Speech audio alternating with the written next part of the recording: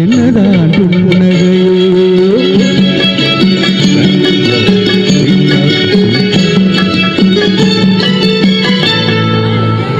பால்மணக்கும் பருவத்திலே உன்னை போல் நான் இருந்தேன். பட்டாடை தொட்டிலே சிட்டு போல் படுத்திருந்தேன். அண்ணாலை நினைக்கையிலே என் வயது மாறுதடா. உன்னுடன் நாடி வர உள்ளமே தாவுதடா. கண்ணிரண்டும் தாமரையோ கண்ணம் என்னும் எங்கள் கண்ணா. சின்ன சின்ன கண்ணனுக்கு என்னதான் புன்னகையோ. சின்ன சின்ன கண்ணனுக்கு என்னதான் புன்னகையோ.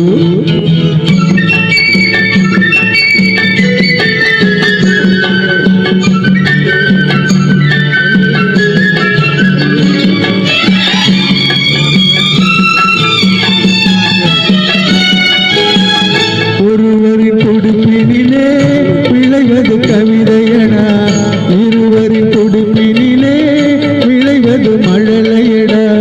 இரேடு மொழிகளிலே என்ன மொழி பிள்ளை மொழி. கள்ளமற்ற வெள்ளை மொழி தேவன் தந்த தெய்வ மொழி. கண்ணிரண்டும் தாமரையோ கண்ணம் என்னும் எங்கள் கண்ணா. சின்ன சின்ன கண்ணனுக்கு என்னதான் புன்னகையோ. சின்ன சின்ன கண்ணனுக்கு என்னதான் புன்னகையோ.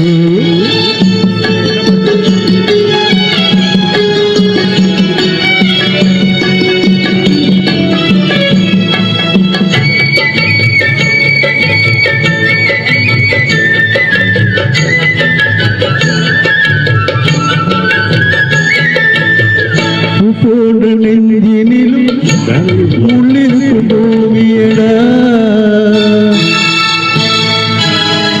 கொல்லாத கண்களடா புன்னகையும் வேஷமடா. நன்றி கட்ட மாந்தரடா நான் அறிந்த பாடமடா. நன்றி கட்ட மாந்தரடா நான் அறிந்த பாடமடா. பிள்ளையாயிருந்து விட்டார் இல்லை ஒரு துன்பமடா. கண்ணிரண்டும் தாமரையோ கண்ணம் என்னும் எந்தன் கண்ணா. சின்ன சின்ன கண்ணனுக்கு என்னதான் புன்னகையோ. சின்ன சின்ன கண்ணனுக்கு என்னதான் புன்னகையோ. கண்ணிரண்டும் தாமரையோ கண்ணம் என்னும் எந்தன் கண்ணா. சின்ன சின்ன கண்ணனுக்கு என்னதான் புன்னகையோ.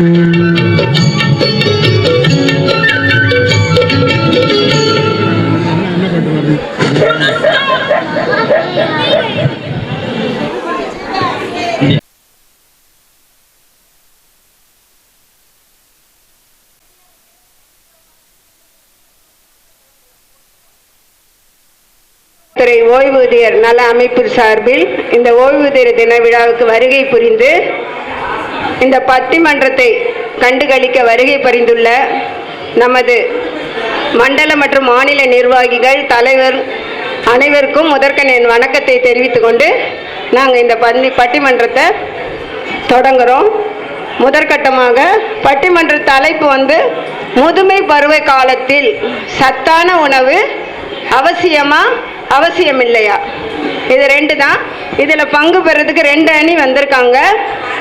முதற்கட்டமாக சத்தான உணவு அவசியம் என்ற தலைப்பின் கீழ் திருமதி லீலாபாய் அவர்கள் திருமுலைவாயில் பகுதியிலேருந்து வந்திருக்காங்க. அருகாமையிலே மாசிலாமணீஸ்வரர் கோயில் திருத்தலத்தில் சிவன் வீட்டு இருக்கிற இடத்துக்கு அருகையிலே அவர் வீடு இருக்கு. அப்பேற்பட்ட புண்ணிய ஸ்தலத்திலிருந்து திருமதி லீலாபாய் அவர்கள் சிறப்புரை வழங்குமாறு அவரை அன்புடன் அழைக்கிறோம்.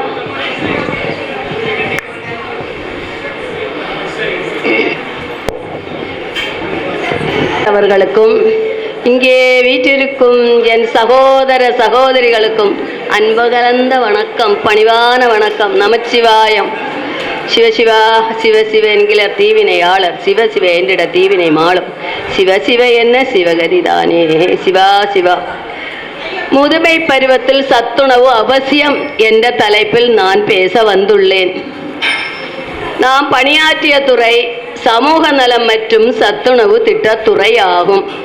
நாம் நம்முடைய துறையில் குழந்தை வயிற்றில் உருவாகும் முதல் முதுமை காலம் வரைக்கும் நம்ம துறையில் அவர்களுக்கு தேவையான எல்லா சகல சம்பத்துகளும் கொடுத்து வந்துள்ளோம்.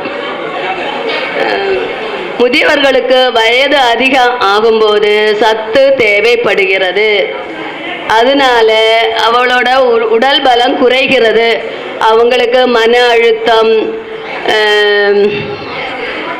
மூளை மறதி நோய் வருகிறது. அதனால அவங்க நல்ல சத்தான உணவு சாப்பிட அறிவுறுத்தப்பட வேண்டும். அவர்களுக்கு சத்தான உணவு கொடுத்து வந்தால் அவர்களுக்கு நோய் எதிர்ப்பு சக்தி வரும். அதனால் அவங்க பச்சை பயிறு, முளைகட்டின தானியம், பழங்கள், கீரை வகைகள்,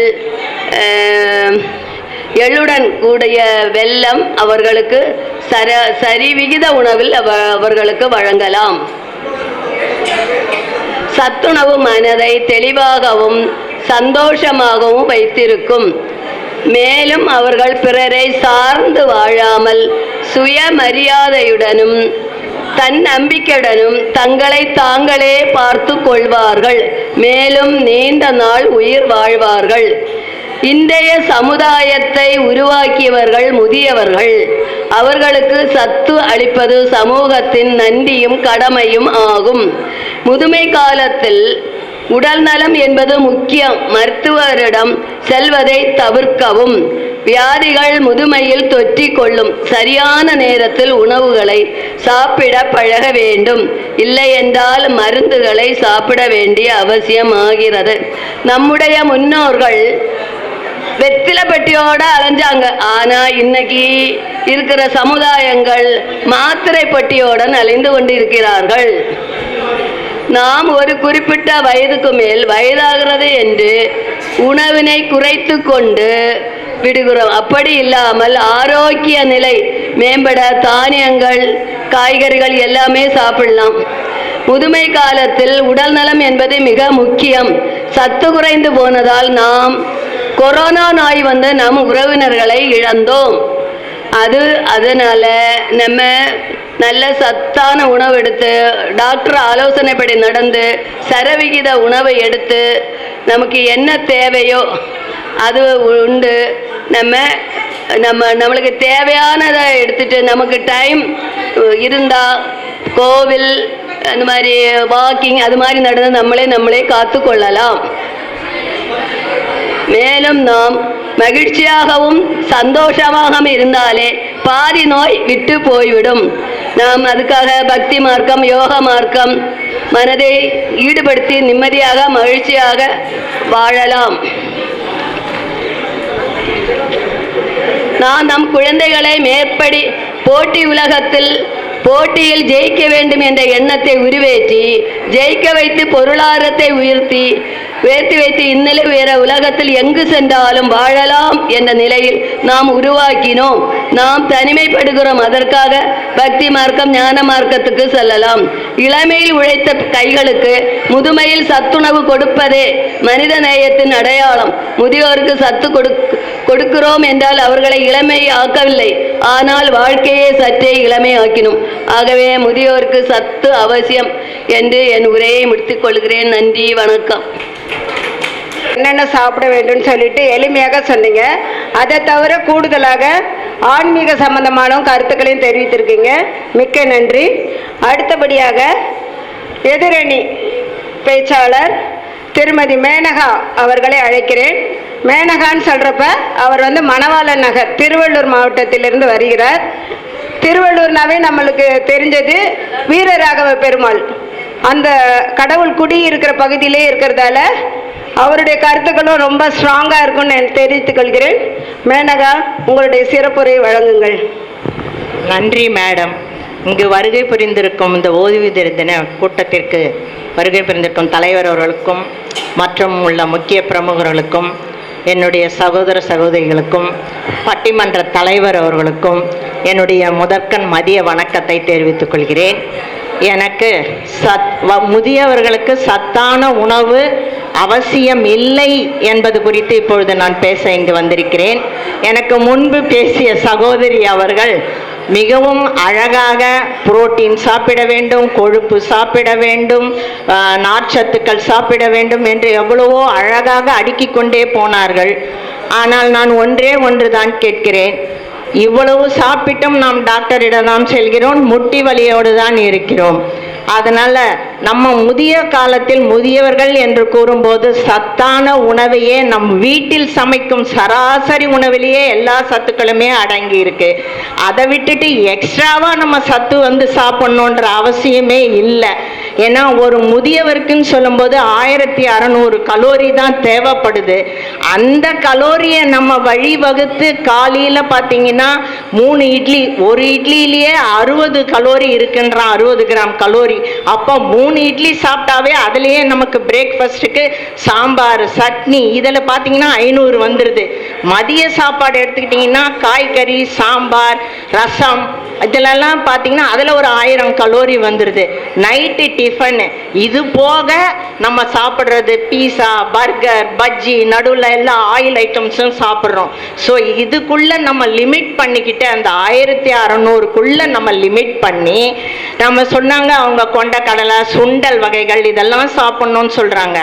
ஒவ்வொரு வயதானவர்களுக்கும் அவர்களுடைய வயதுக்கு ஏற்ற உடல் நிலைக்கு ஏற்றவாறு தான் நம்ம கலோரியை சாப்பிடணுமே தவிர நம்ம சத்தான உணவு சாப்பிடணும்னு கொழுப்புக்கள் நிறைந்த உணவுகள் எல்லாம் நம்ம சாப்பிட்டு நம்ம உடலை அஜீரண கோளாறுலேருந்து நம்ம தவிர்க்கணுன்ட்டு தான் நான் கேட்டுக்கொள்கிறேன். அதனால் நம்ம அந்த காலத்தில் நம்ம வீட்டிலலாம் சாப்பிட்டப்பெல்லாம் பார்த்தீங்கன்னா பழைய சாதம் வித் வெங்காயம் தான் சாப்பிட்டாங்க. அதில் இருக்கிற சத்து எதுலேயுமே இன்னைக்கு இல்லைன்னு தான் சொல்கிறாங்க. அதனால் நம்ம கொட்டை வகைகளை தேடி போகணுன்ற அவசியமும் இல்லை. வீட்லேயே நம்ம வீட்டில் கிடைக்கிற முருங்கைக்கீரை சாப்பிட்டாவே போதும், நமக்கு அதுலேயே சத்து கிடைக்கிது. அது மட்டும் இல்லை, ஒரு நாளைக்கு 50 கிராம் பழம், எந்த பழமாக இருந்தாலும் சாப்பிடலாம். நமக்கு லோக்கலி அவைலபிள் கொய்யா பழம் சாப்பிடுங்க, பேரிச்சம்பழம் சாப்பிடலாம், அது போக பப்பாளி, இதில் எல்லாம் இருக்கிறதெல்லாம் விட்டுட்டு கொட்டை வகைகள், சுண்டல் வகைகள் இதையெல்லாம் சாப்பிட்டு அஜீரண கோளாறை உருவாக்கிக்க நம்ம வேண்டான்றதான் கூறி அதிக சத்து உணவுகளை உண்டு அஜீரண கோளாறால் அவதிப்பட வேண்டாம் என்று கூறி என்னுடைய இந்த உரையை முடிக்கிறேன். எங்கள் நடுவர் அவர்கள் அழகான தீர்ப்பு எங்கள் அணிக்கே கொடுப்பார் என்று நான் நினைக்கிறேன். இந்த வாய்ப்பு கொடுத்த அனைவருக்கும் நன்றி கூறி விடைபெறுகின்றேன். நன்றி, வணக்கம். நன்றி மேனகா.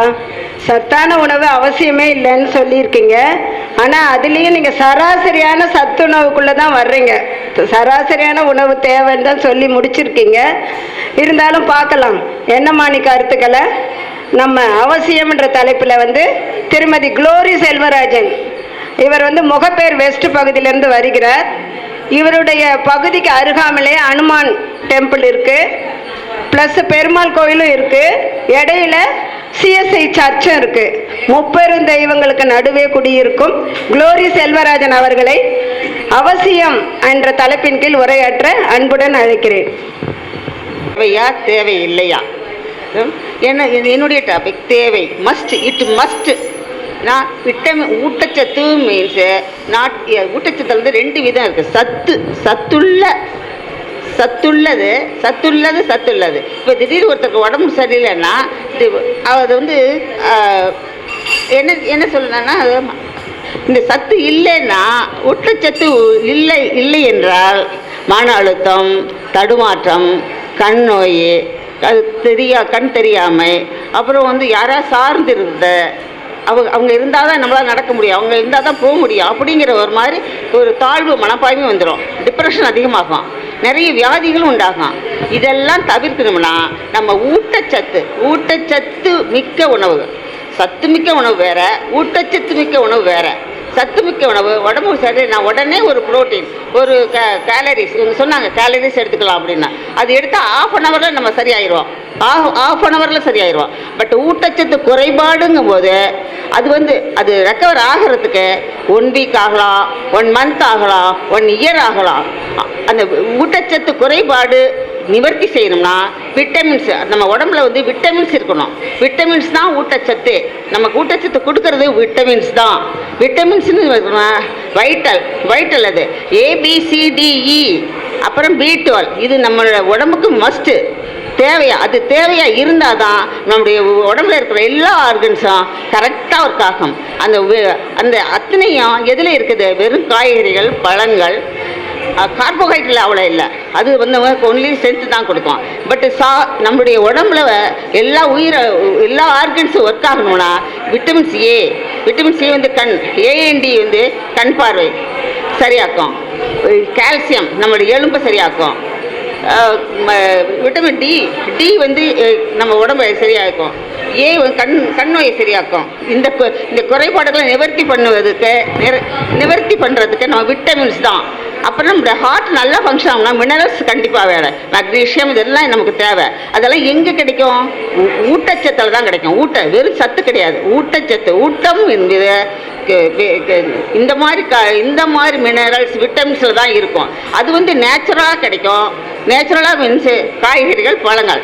அப்போ வந்து அரிசி, புரோட்டீன், கேலரிஸ் இவ்வளோ வேணும். இந்த காய்கறிலாம் சாப்பிடும்போதே நமக்கு அந்த கேலரிஸ்லாம் நமக்கு தேவையானது கிடைக்கும். நம்ம வந்து யாரையும் சார்ந்திருக்க வேண்டாம். நமக்கு ஞாபக சக்தி குறையிறது பி12 குறைவால் தான். பி12 குறையணும்னா, நிவர்த்தி ஆகணும்னா நமக்கு கண்டிப்பாக பழங்கள் சாப்பிடணும், காய்கறிகள் சாப்பிடணும். இதெல்லாம் நம்ம தவிர்த்தோம்னா நமக்கு வர்ற நோய்கள் நம்மளை யாரையும் சார்ந்திருக்க வேண்டாம். நாமளே தனியாக தைரியமாக நடக்கலாம். யார் இவங்க வருவாங்களா, என்னை கூட்டி போவாங்களா, இவங்க அப்படி செய்வாங்களா, இப்படி செய்வாங்களான்னு யாரையும் நம்ம எதிர்பார்க்க வேண்டாம், தடுமாற்ற வேண்டாம். நல்ல நேரடியாக இருக்கலாம்.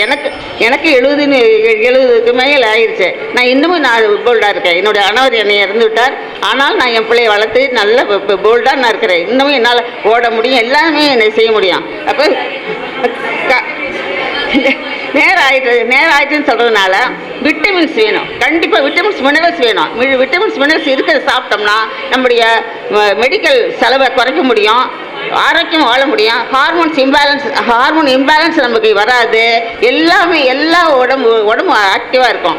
அதனால் இது தேவை. இது வந்து நம்மளுடைய வயசானவங்களுக்கு கண்டிப்பாக ஊட்டச்சத்து மீன்ஸ் விட்டமின்ஸ் மினரல்ஸ் கண்டிப்பாக தேவை என்று கூறி, அதனால தான் நம்மளை வந்து சாப்பிட்டுட்டு தான் இந்த ப்ரோக்ராமே செய்ய வச்சுருக்காங்க இல்லையா? சாப்பிடாமனா யாருமே கவனிக்க மாட்டோம், நமக்கு ஒரு ஸ்ட்ரென்த் இருக்காது. அதனால தேவை என்று என்னுடைய உரையை முடித்துக் கொள்கிறேன். வணக்கம்.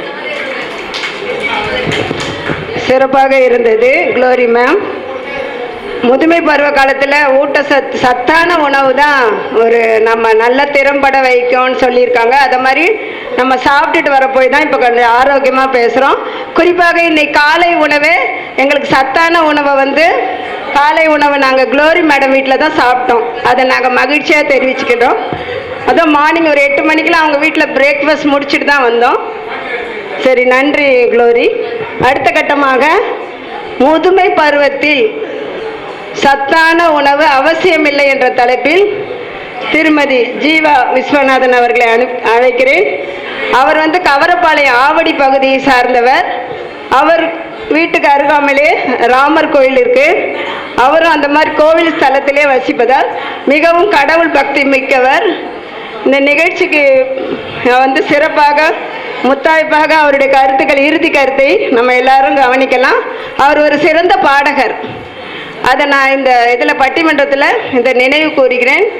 அவருடைய இவ்வளோ வயது காலத்தில் அவர் எப்பயுமே எளிமையானவர். அவரே ரைட்டிங் பண்ணுவார், எல்லா பாடலையும் அவரே டிரான்ஸ்லேட் பண்ணுவார். அதை நாங்கள் இன்றைக்கி வண்டியில் வரப்போ கூட அதை கேட்டோம். நன்றி. சொல்லுங்கப்பா. ஓய்வூதிய தினத்தை விழாவை கொண்டாடி கொண்டிருக்கும் தலைவர் அவர்களுக்கும், பட்டிமன்ற தலைவர் அவர்களுக்கும், மேலும் இந்த அவையில் அமர்ந்துள்ள என்னுடைய சகோதர சகோதரிகள் அனைவருக்கும் என் பணிவான வணக்கத்தை முதற்கண் தெரிவித்துக் கொள்கிறேன். நான் இந்த பட்டிமன்றத்தை முதியோர்களுக்கு சத்துணவு அவசியம் இல்லை என்பதை பற்றி பேச வந்துள்ளேன். அதற்கு முன்பாக அவர்கள் சொன்ன மாதிரி பாடகர்னு சொல்லிட்டாங்க. ஒரே ஒரு முருகர் பாடல் மட்டும் பாடிட்டு அது ஆரம்பிக்கிறேன். ஆனால் அது நானே எழுதின பாட்டு, நானே மெட்டு அமைச்ச பாட்டு. அது மட்டும் அந்த முருகர் பாட்டை பாடி ஆரம்பித்த பிறகு ப்ரோக்ராம் நடத்தலாம்.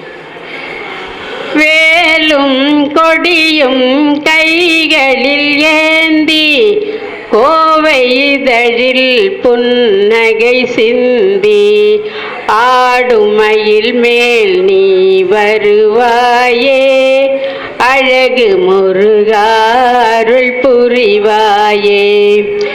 வேலும் கொடியும் கைகளில் ஏந்தி கோவை இதழில் புன்னகை சிந்தி ஆடுமயில் மேல் நீ வருவாயே. அழகு முருகா அருள் புரிவாயே.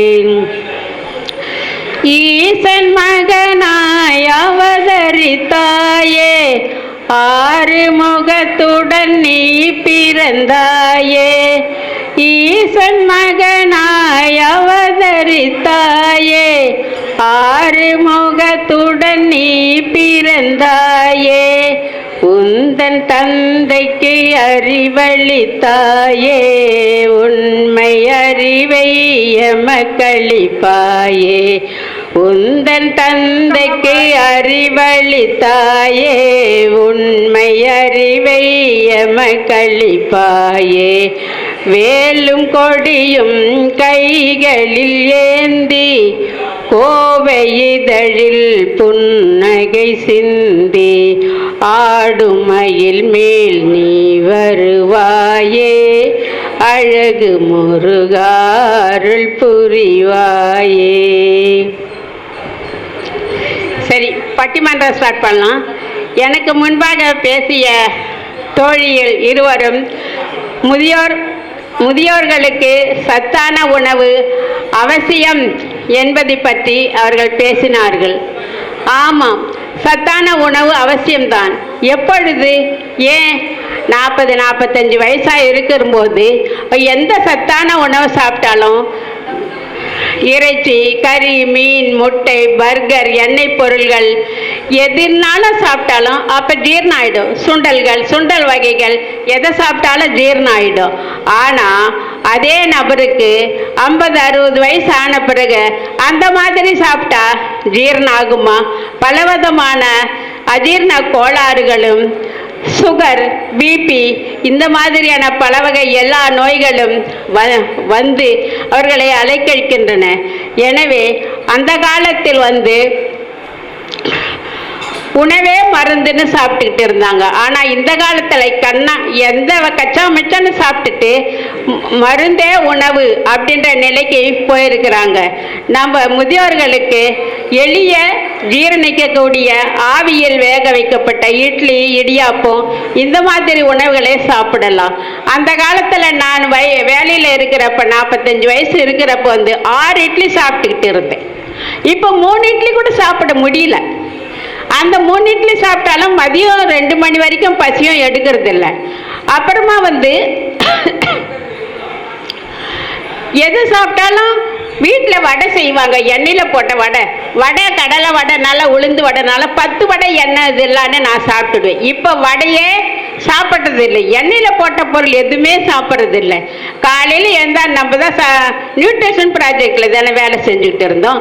அந்த மாதிரி நம்ம சத்து மாவை வீட்டிலே தயார் பண்ணி காலையில் 2 டம்ளர் கஞ்சியும், மதியம் 1 கப்பு சாதம், கொஞ்சம் காய், சாயந்தரம் ஒரு டீயோ காப்பியோ குடிச்சிட்டு நைட்டு 2-3 இட்லி சாப்பிட்டுட்டு படி. இதுவே நமக்கு போதுமான உணவாக தான் இருக்குது. நானும் ஆரோக்கியமாக தான் இருக்கிறேன். என்னை பார்த்தா எப்படி தெரியும்? என்ன வயசுல சொல்லலாம் சொல்லுங்க, எத்தனை வயசு இருக்கு எனக்கு?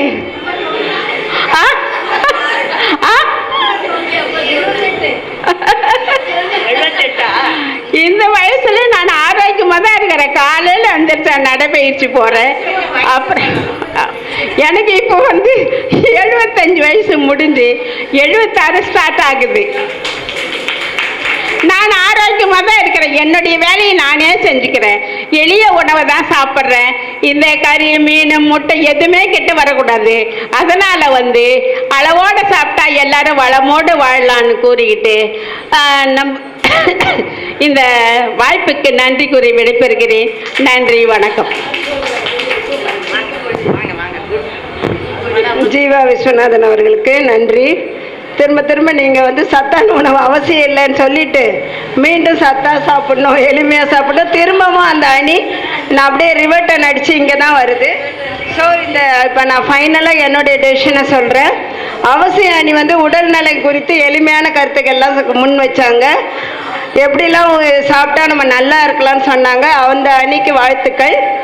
அவசியம் இல்லைன்ற அணியும் அவங்களும் வந்து சின்ன இளமை பருவ காலத்துல இருந்து நம்ம என்ன சாப்பிட்டாலும் அது செரிச்சிரும். ஆனால் இப்போ சராசரி அளவில் சத்தான உணவை ஏற்றுக்கணும்னு சொல்லிட்டு அவங்களுடைய கருத்துக்களும் ரொம்ப சிறப்பாக தான் இருக்குது. கடைசியில் நம்ம என்ன செய்யணும்னா, அந்த காலத்தில் முதுமை காலத்தே உடல் வளர்த்தேனே உயிர் வளர்த்தேனே என்ற ஆன்மீக வழியில் பேணுவதால் நன்மை பிறக்கும். நோயற்ற வாழ்வே குறைவற்ற செல்லம் என்பது போல சத்து குறைபாடுகளை நம்ம கண்டறிந்து சத்தான உணவுகளை சாப்பிடுவதே சால சிறந்தது. கண்டதை எல்லாம் தின்பது நமது பண்பாடு அன்று.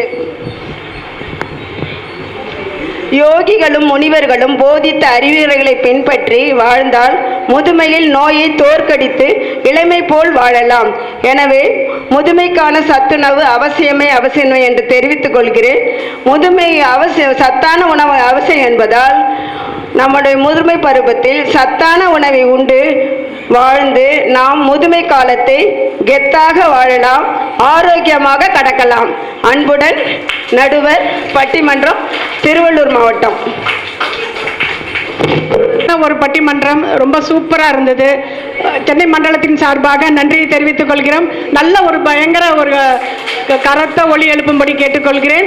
அவர்களை பாராட்டி இதுவரைக்கும் நம் கலை நிகழ்ச்சிகள் எல்லாம் எந்த கிஃப்ட்டும் கொடுக்கறதில்லை. முதல் முறையாக பிளான் பண்ணி எல்லா கலை நிகழ்ச்சிகளுக்கும் ஒரு கிஃப்ட் வழங்குகிறோம். கூட ஒரு புத்தகம் அதில் கொடுத்துருக்குறோம். எல்லாருக்கும் கொடுக்க முடியல. அதனால் உங்களுக்கு தெரியுமான்னு ஒரு புஸ்தகம் நம்மளுக்கு இலவசமாக எனக்கு கிடைச்சிது. ஒருத்தட்ட கேட்டு வாங்கினோம். அதனால தான் முடிஞ்ச வரைக்கும் அந்தந்த மாவட்டத்துக்கு எப்படி கலை நிகழ்ச்சிகள் மூலமாக போகும் அதை தயவு செய்து எல்லாருக்கும் காப்பீஸ் போட்டு கொடுங்க. ஒரு கிட்டத்தட்ட 135 கேள்விகளுக்கு பதில் அதில் இருக்குது. நம்மளுக்கு எல்லா கேள்விகளும் ஒன்று கேள்வி நம்மளுக்கு புரியவே இல்லை, தெரியவே இல்லை. அதில் பதிலும் இருக்குது. அதனால் உங்களுக்கு பயனுள்ள புத்தகமாக இருக்கும்னு நினைக்கிறேன். உங்கள் ஃபீட்பேக் படிச்சுட்டு சொல்லுங்கள். எல்லா மாவட்டத்துக்கும் வர மாதிரி அதில் கொடுத்துருக்குறோம். சரிங்களா? 5 புக்கு வருது. தேங்க்யூ. அவங்கள பாராட்டி நம்முடைய மாநில பொதுச் செயலாளர் அவர்களுக்கு கிஃப்ட்டும் புக்கும் வழங்கும்படி அன்புடன் கேட்டுக்கொள்கிறேன். நடுவருக்கு முதல்ல கொடுக்குறேன். அடுத்த ப்ரோக்ராம் காஞ்சிபுரமா? அவர் ரெடியாக இருக்கிறாரு. சரி, வா. கொஞ்சம் மேஜிக் ஷோக்காக இருந்தால் கொஞ்சம் இல்லை சீக்கிரமாக பண்ணுமா? சரி சரி. தலைவர் அவர்களுக்கு, பட்டிமன்ற தலைவர் அவர்களுக்கு அமுதா. Okay, super super. போங்க. க்ளோரி மேடம், க்ளோரிக்கு கொடுங்க. அவங்க நீலாவா? நீலா. நீலா மேடம். ஜீவா மேடம். அடுத்தது மேனகா மேடம். நல்லா மிக அருமையாக இருந்தது. அடுத்தபடியாக காஞ்சிபுரம் மாவட்டம் கலை நிகழ்ச்சிகள். ஒரே ஒரு ஜோக்.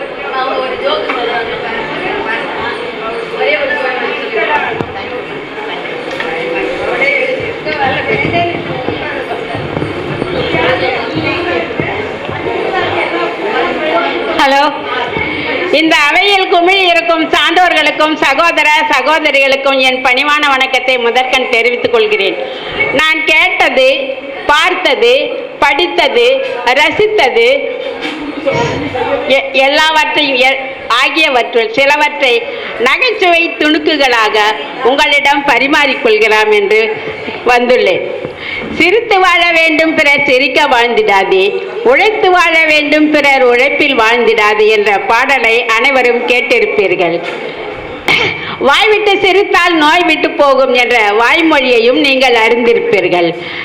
இதை நினைத்து இப்பொழுது சில நகைச்சுவை துணுக்குகளை உங்களிடம் பரிமாறுகிறேன். நீங்களும் அதை ஒரு நொறுக்கு தீனியாக நினைத்து சுவைத்து ரசிப்பீர்கள் என்று நினைக்கிறேன். இப்பொழுது ஆரம்பிக்கலாம் நகைச்சுவை. டி நகர்ல ஒரு இளஞ்சோடி ஆணும் பெண்ணும் ஜவுளி கடைக்கு போறாங்க. அங்க போன ஒரு கடையாண்ட ஒரே கூட்டமா இருக்குது, நிறைய கூட்டம். மனைவி கேட்குறா புருஷங்கிட்ட, ஏங்க என்னங்க இந்த கடையாண்ட இவ்வளோ கூட்டம் இருக்குது அப்படின்னு.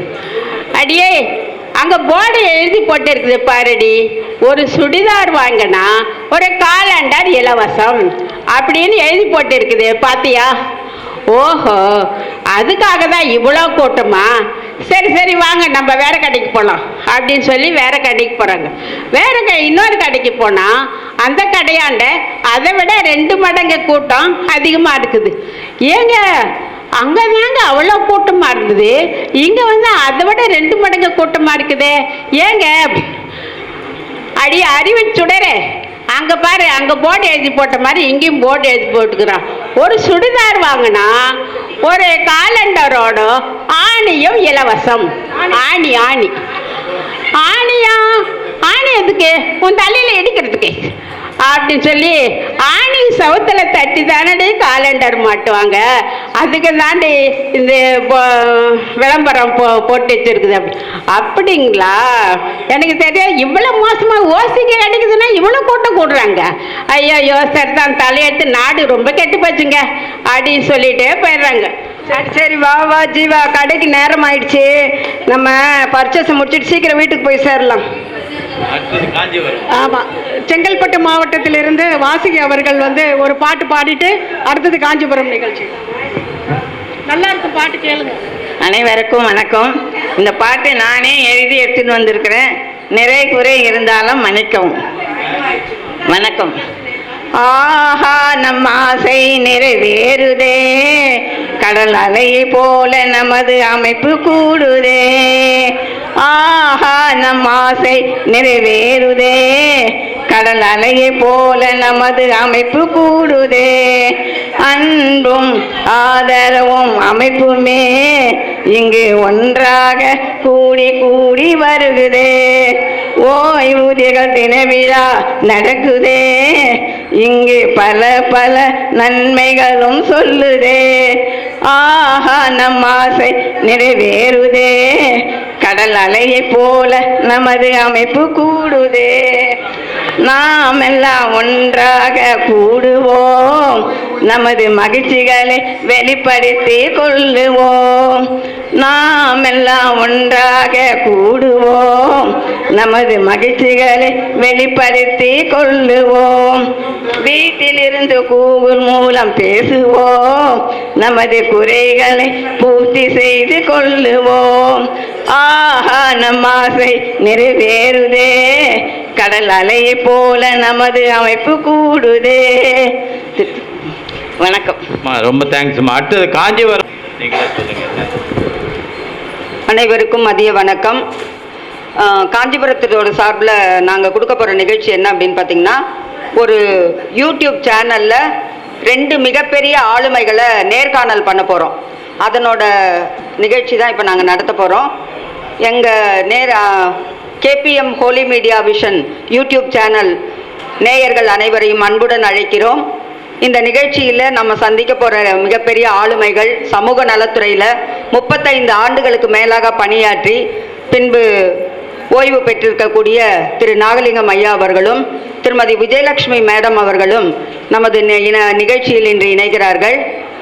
நாகலிங்கம் ஐயாவை பற்றி சொல்லணும் அப்படின்னா, இன்னைக்கு தமிழ்நாட்டில் சென்னை, காஞ்சிபுரம், தரமணி, அப்புறம் நமது சமூக நல ஆணையரகம், இந்த எல்லா இடங்கள்லையும் ரிட்டையர் ஆன அத்தனை பேருக்கும் ரிட்டையர்மெண்ட் ப்ரொபோசல், பென்ஷன் ப்ரொபோசல்லாம் போட்டு அனுப்பி அத்தனை பேரும் இன்னைக்கு பென்ஷன் வாங்கிட்டு இருக்காங்கன்னா அதற்கு உறுதுணையாக இருந்த ஒரு உயர்ந்த மனிதர், ஆபத் பாண்டவர், அநாத ரட்சகர், காஞ்சிபுரம் மாவட்டத்தின் காவல் தெய்வம். அவர் வந்து காஞ்சிபுரம் மாவட்டத்துக்கு மட்டும் இல்லை, நமது தமிழ்நாட்டுக்கே கிடைத்த மிகப்பெரிய ஒரு வரம். அப்படிப்பட்ட ஒரு நல்ல மனிதரை இன்று நாம் நேர்காணலில் சந்திக்க இருக்கிறோம். அடுத்தபடியாக நம்முடன் இணைந்திருக்கும் திருமதி விஜயலட்சுமி அவர்களை பற்றி சொல்ல வேணும்னா, பொதுவாக அவங்க வந்து ஒரு சங்கவாதி, சங்கத்தின் தலைமை பொறுப்பில் இருந்தவங்க. ஒரு பயிற்றுனர், தமிழ்நாடு ஒருங்கிணைந்த ஊட்டச்சத்து பயிற்றுனர் மற்றும் மேற்பார்வையாளர் சங்கத்தோட மாநில தலைமை பொறுப்பில் இருந்து கிட்டத்தட்ட இன்னைக்கு 360 பேர் சிடிபிஓ ஆகி ரிட்டையர் ஆயிருக்காங்கன்னா அதற்கு அவர்கள் போட்ட கேஸு, அவங்க உழைத்த உழைப்பு, அதுதான் அதனோட பின்னணி. பொதுவாக கவர்மெண்ட்ல ஜிஓ போட்டால் கமிஷனருக்கு, செக்ரட்டரிக்கு, ஹெட் ஆஃப் டிபார்ட்மெண்ட்டுக்கு தான் காப்பி போடுவாங்க. முதல் முறையாக சமூக நல வரலாற்றில் திருமதி விஜயலட்சுமி மாநில தலைவர் என்று ஒரு அரசாணை போடப்பட்டு எல்லாருக்கும் இன்டர்ன்ஷிப் போடப்பட்டு பதவி உயர்வு வழங்கப்பட்டதுன்னா அது எங்களோட ரெக்கார்ட் பிரேக். அவங்களோட சர்வீஸ்ல அவங்களோட பணிபுரிந்த அனைவருக்குமே அது ஒரு மிகப்பெரிய வரப்பிரசாதம் என்று சொல்லி அவர்களையும் நமது நிகழ்ச்சிக்கு KPM holy media vision YouTube சேனலுக்கு அனைவரையும் அன்போடு அழைக்கிறோம். நன்றி, வணக்கம். முதல்ல சார் எப்படி இருக்கீங்க சார்? ஓகே, மைக் எனக்கு தேவையில்லை, நீங்க வச்சுக்கோங்க. இப்ப உலக மூத்தோர் தினம் அப்படிங்கிறது அக்டோபர் 1ஆம் தேதி கொண்டாடுறாங்க. பென்ஷனர்ஸ் டே அப்படிங்கிறது டிசம்பர் 17ஆம் தேதி கொண்டாடுறாங்க. இது ரெண்டுத்துக்கும் என்ன சார் வித்தியாசம்? ரெண்டுமே சீனியர் சிட்டிசன்ஸ்க்கான விழா தானே? உண்மைதான், இரண்டுமே வயது கடந்தவர்களுக்கான ஒரு தினம்தான். எப்படி அன்னையர் தினம்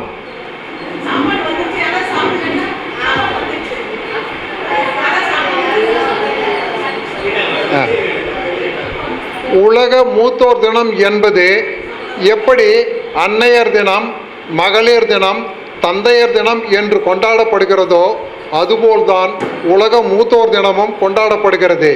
இது அக்டோபர் மாதம் 1ஆம் தேதி என்று கொண்டாடப்படுகிறது. 1991ஆம் ஆண்டு முதல் உலக மூத்தோர் தினம் கொண்டாடப்படுகிறது. இந்த தினம் ஐக்கிய நாடுகள் சபையால் அங்கீகரிக்கப்பட்ட ஒரு நாளாகும். உலக நாடுகள் தங்கள் நாட்டில் வாழும் முதியோர்களை கௌரவித்து மகிழ்ச்சிப்படுத்தும் விதமாக கொண்டாடப்படும் நாள்தான் இந்த உலக மூத்தோர் தினமாகும். முதியோர்கள் என்பவர்கள் நேற்றைய இளைஞர்களாக இருந்து தங்கள் தேசத்தின் சமூக பொருளாதார நிலையை மேம்படுத்த உழைப்பை கொடுத்தவர்கள் என்பதனால் இந்த உலக மூத்தோர் தினம் கொண்டாடப்படுகிறது. எந்த நாட்டில் முதியவர்கள் வறுமையின்றி பாதுகாப்பாக மகிழ்ச்சியுடன் இருக்கிறார்களோ அந்த நாடு முதியவர்களின் ஆசீர்வாதத்தால் சிறந்த நாடாக விளங்கும் என்று பல உலக நாடுகளும் நம்பப்படுகிறது. அதனால்தான் நாம் ஒவ்வொரு ஆண்டும் உலக முதியோர் தினத்தை அக்டோபர் 1ஆம் தேதி அன்று நாம் கொண்டாடுகிறோம்.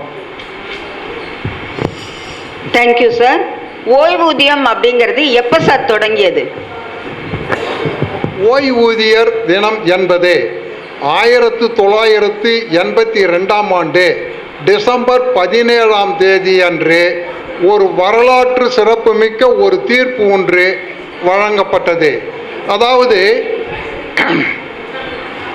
DS நாகரா என்பவர் தொடுத்த ஒரு வழக்கில் YV சந்திரசூட் என்கின்ற நீதியரசரோடு இணைந்த 5 பேர் கொண்ட குழுவில் ஒரு வரலாற்று சிறப்புமிக்க தீர்ப்பு ஒன்றை வழங்கினார்கள்.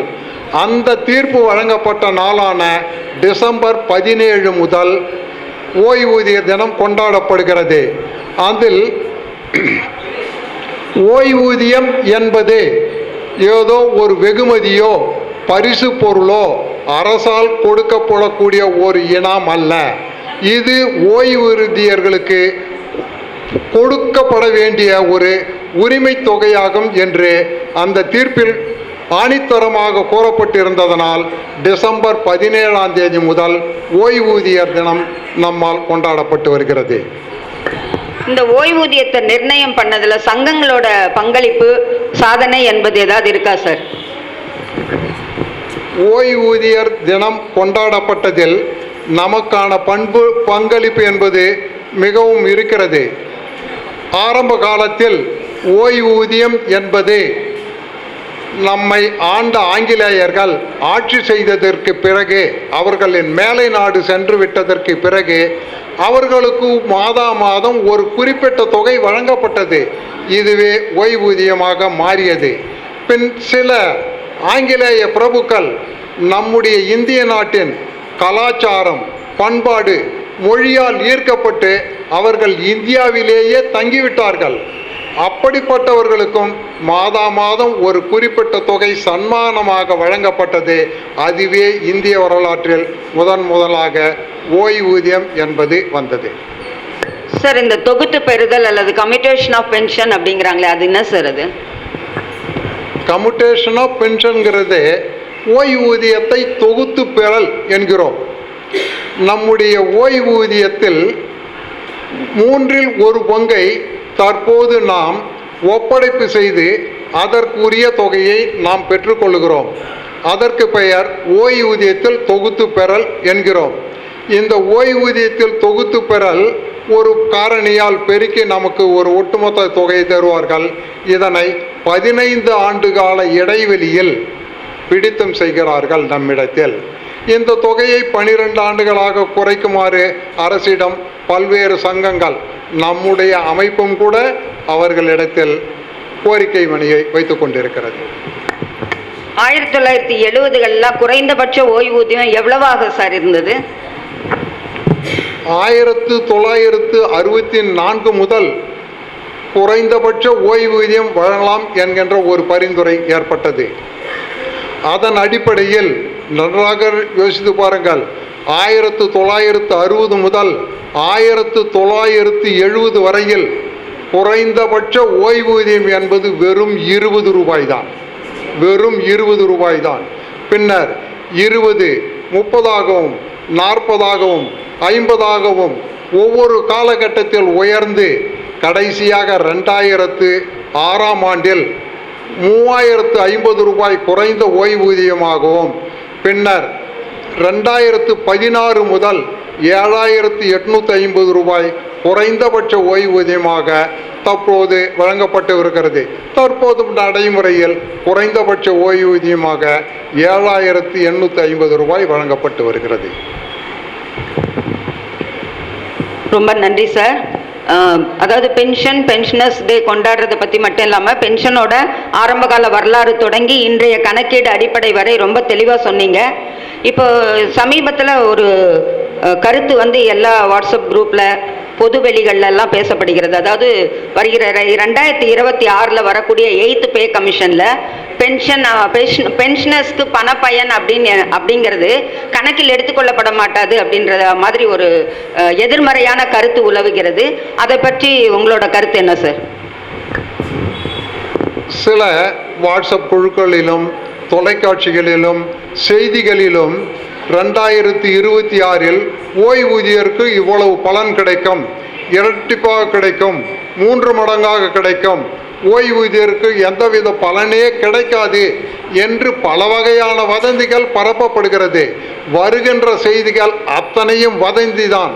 இதை யாருமே நம்ப வேண்டாம் என்பது என்னுடைய பணிவான வேண்டுகோளாகும். அரசு முறையான அறிவிப்பு வந்ததற்கு பிறகு இதற்கான விடை கிடைக்கும் என்பதை உங்கள் மத்தியில் தெளிவுபடுத்த விரும்புகிறேன். ரொம்ப நன்றி சார். இந்த பென்ஷனர்ஸ் டேல பென்ஷன் குறித்த தகவல்களை மிக அழகாக அழுத்தமாக எங்களிடையே பதிவு செய்த உங்களுக்கு KPM holy media vision YouTube channel சார்பாக நெஞ்சார்ந்த நன்றிகளை தெரிவித்துக் கொள்கிறோம். அடுத்தபடியாக திருமதி விஜயலட்சுமி அவர்களிடம் தெளிவுபடுத்திக் கொள்ள வேண்டிய கேள்விகள் சிலவற்றை கேட்கலாம். மேடம் வணக்கம், எப்படி இருக்கீங்க? You are looking so young and energetic. Secret மட்டும் அப்புறமா தனியாக சொல்லுங்க. இப்போ வேலையில் இருக்கும்போது பணி சார்ந்த கோரிக்கைகள், பணம் சார்ந்த கோரிக்கைகள் அப்படின்னு நிறைய விஷயங்கள் இருக்கும். ஸோ அதற்கு நமக்கு அமைப்பு, சங்கங்கள் இதெல்லாம் தேவை. ஆனால் பணியிலிருந்து ஓய்வு பெற்ற பிறகும் கோரிக்கைகள் அந்த மாதிரி விஷயங்கள்லாம் எதுவுமே இல்லாதப்ப கூட இந்த சங்கங்கள், அமைப்பெல்லாம் தேவைன்னு நீங்கள் நினைக்கிறீங்களா மேடம்? வணக்கம், நல்ல கேள்வி. என்னன்னாக்கா, பணியில் இருக்கும்போது நமக்கு நிறைய பிரச்சனைகள் இருந்துச்சு, அதுக்காக நம்ம போராட வேண்டி இருந்தது. ஆனால் பணியில் இல்லாத போதும் அந்த பிரச்சனைகள் தீர்ந்துடுச்சா அப்படின்னு பார்த்தாக்கா இன்றைக்கும் பணி சார்ந்த பிரச்சனைகள் சில பேருக்கு இருக்குது. தனிப்பட்ட முறையில் போய் கேட்குற போது நிச்சயமாக யாரும் காது கொடுத்து கூட கேட்க மாட்டாங்க, வீட்லேயே கேட்க மாட்டாங்க. ஆஃபீஸில் இருக்கிறவங்க, அதுவும் நம்மளை பற்றி தெரியாதவங்ககிட்ட போய் நம்ம என்ன கோரிக்கைகள் ஜெயிக்க முடியும்? அப்போது ஒரு அமைப்பாக போய் ஒரு சங்க ரீதியாக போய் கேட்குற போது தான் நம்முடைய பிரச்சனைகளுக்கு தீர்வு கிடைக்கும். இப்போ நிறைய பேருக்கு, சில பேருக்கு பென்ஷன் வரல, சில பேர் ரிட்டையர் ஆகி 3 வருஷம் ஆகுது, அவங்களுக்கு எந்த பெனிஃபிட்டுமே கிடைக்கல. நினச்சி பாருங்கள், செலெக்ஷன் கிரேடு போடலை, இப்படி ஒரு சில பேருக்கு சில பிரச்சனைகள் இருக்குது, அதை தனிப்பட்ட முறையில் தீர்க்க முடியாது, சங்க ரீதியாக தான் போகணும். இப்போ நானே இப்போ சமீபமாக ஒரு 8 மாதமாக அலைஞ்சு திரிஞ்சு நமக்கு போனஸ்ன்னு ஒன்று கொடுப்பாங்கல்ல 500 ரூபாய், அந்த 500 ரூபாய் நிறைய பேருக்கு போடலை. தானாகவே பே கமிஷனில் பென்ஷன் ஆஃபீஸில் பி கிரேடுன்னு போட்டு சி கிரேடில் இருந்தவங்களெல்லாம் பி கிரேட் ஆக்கிட்டாங்க. அதுக்காக போராடி 500 ரூபாய் பெரிய தொகை இல்லை, ஆனால் நம்முடைய உரிமை அது. இன்னைக்கு 1000 ரூபாய் ஆக போகுது இந்த ஜான்வரியிலேருந்து. அப்படி இருக்கிற போது நம்முடைய பிரச்சனைகளுக்காக போராடுறதுக்கு தனியாக இருந்தால் போராட முடியாது, தனி மரம் தோப்பாகாது. சங்க ரீதியாக போகிற போது தான் அவங்களுக்கு நிறைய வேலை. நம்முடைய ஃபைலெல்லாம் தலைவர் சொன்ன மாதிரி தலைவர் டைரக்டரு கிரிவன்சிட்டி இருக்கிறாரு, அதில் பிரச்சனைகள் தீர்க்கப்பட்டதா சொல்கிறாங்க. ஆனால் செக்ஷனில் போய் கேட்குற போது அவங்களுக்கு வேறு வேலை இல்லை, நாங்கள் எப்படி அதெல்லாம் தேடி எடுக்க முடியும், நீங்கள் கவர்மெண்ட்டுக்கு விட்டு கொடுத்துட்டு போங்களேன் அப்படிலாம் சொல்கிறாங்க. அப்படி சொல்கிற போது சங்க ரீதியாக இருக்கிற போது தான் இப்போ நீங்கள் போடுறீங்களா இல்லையான்னு கேட்கக்கூடிய தைரியம் எனக்கு இருந்துச்சு. அதனால் இப்போ நிறைய பேருக்கு இப்போ இந்த 500 ரூபாய் போட்டு வாங்கணும். அதே மாதிரி இப்போ நான் 3 வருஷம் சஸ்பெண்ட் பண்ணி வச்சுருக்காங்க. அந்த 3 வருஷம் சஸ்பெண்ட் கவர்மெண்ட்டு 50% சம்பளம் கொடுத்துருக்குது, 75% சம்பளம் கொடுத்துருக்குது. வேலை செய்யாமலே 3 வருஷம் வீட்டில் உட்கார வச்சு இன்னைக்கு கவர்மெண்ட் சம்பளம் கொடுத்தது. இன்னைக்கு சஸ்பெண்ட் இல்லை அப்படின்னு வந்துடுச்சு. அப்போ யாருக்கு நஷ்டம்? இதெல்லாம் சங்க ரீதியாக கேட்குற போது தான் நம்மளால் அதை தீர்க்க முடியும். அதனால் அதுக்கு சங்க அமைப்பு தேவைதான். ஆஃப்டர் ரிட்டையர்மெண்ட்டும் சங்க அமைப்பு தேவைதான். ரொம்ப தேங்க்ஸ் மேடம், ரொம்ப அழகாக விளக்கி கொடுத்து சொன்னீங்க. அதே மாதிரி சங்கமாக அமைக்கிறது மூலமாக இன்னும் என்னென்ன நன்மைகள் இருக்குது, எல்லாருமே சங்கமாக சேர்ந்து ஒன்றா சேர்ந்து இந்த மாதிரி ஓய்வூதிய தினம், மகளிர் தினம் இந்த மாதிரிலாம் கொண்டாடும் போது என்னென்ன நன்மைகள், எப்படி ஃபீல் பண்ணுறோம், அதை மட்டும் கொஞ்சம் சொல்லுங்கள். நம்முடைய சங்கத்தில் இருக்கிற போது நமக்கு பாதுகாப்பு கிடைக்குது. அது எப்படின்னாக்கா, இப்போ மார்ச் 25 மசோதா பாஸ் பண்ணியிருக்காங்க. அந்த மசோதா மூலமாக இப்போ வரப்போகிற பே கமிஷனில் ஓய்வூதியர்களுக்கு ஒன்றும் இல்லை அப்படின்னு சொல்லிட்டாங்க. எத்தனையோ அமைப்புகள் இருக்குது, ஆசிரியருக்கு இருக்குது, என்ஜினியர்ஸ்க்கு இருக்குது, வக்கீலுக்கு இருக்குது, நமக்கு சமூக நலத்துறையில் இருக்குது, அனைத்து துறை ஓய்வூதியர் சங்கமும் இருக்குது. அத்தனை அமைப்புகள் இருந்தால் கூட அங்கே நமக்காக கேட்கறதுக்கோ போராடுறதுக்கோ யாரும் கிடையாது. அப்படி இருந்துமே அரசாங்கம் புலம்புது. இப்போ லைஃப் ஸ்பேனு 90 வயசாகி போச்சு, நிறைய பேர் ரிட்டையர் ஆனவங்களுக்கு நிறைய பேர் இருக்காங்க, அதனால நிதிச்சுமை அதிகமாகுது, அதனால இந்த பே கமிஷன்லாம் கிடையாது அப்படின்னு மசோதா பாஸ் பண்ணிட்டாங்க. தலைக்கு மேலே தொங்கிட்டு இருக்கிற கத்தி தான். இத்தனை அமைப்பு இருந்தும் நமக்கு அது செய்யாத போது நமக்காக யார் செய்வாங்க? அதனால கண்டிப்பாக சங்கத்தில் இருக்கிறதுனால தான் நம்ம பாதுகாப்பு கிடைக்குது. நமக்கு சங்க ரீதியாக பாராடுறப்ப தான் இப்போ ஃபினான்ஸ் மினிஸ்டர் நிர்மலா சீதாராமன் என்ன சொல்லியிருக்காங்க, இந்த பே கமிஷன் கண்டிப்பாக உங்களுக்கு எந்த பாதிப்பும் வராதுன்னு ஓரலாக சொல்கிறாங்க. ஆனால் மசோதாவே பாஸ் பண்ணியிருக்காங்க. அதனால இந்த சங்க அமைப்பு நமக்கு பாதுகாப்பு தருது, நம்முடைய பிரச்சனைகளை தீர்க்குது. அதுக்கு கண்டிப்பாக இது வேணும். எத்தனை சங்கம் இருந்தாலும் அரசாங்கத்துக்கிட்ட கேட்டாதான் கிடைக்கும், அழுத பிள்ளை தான் பால் குடிக்கும். ரொம்ப நன்றி மேடம்.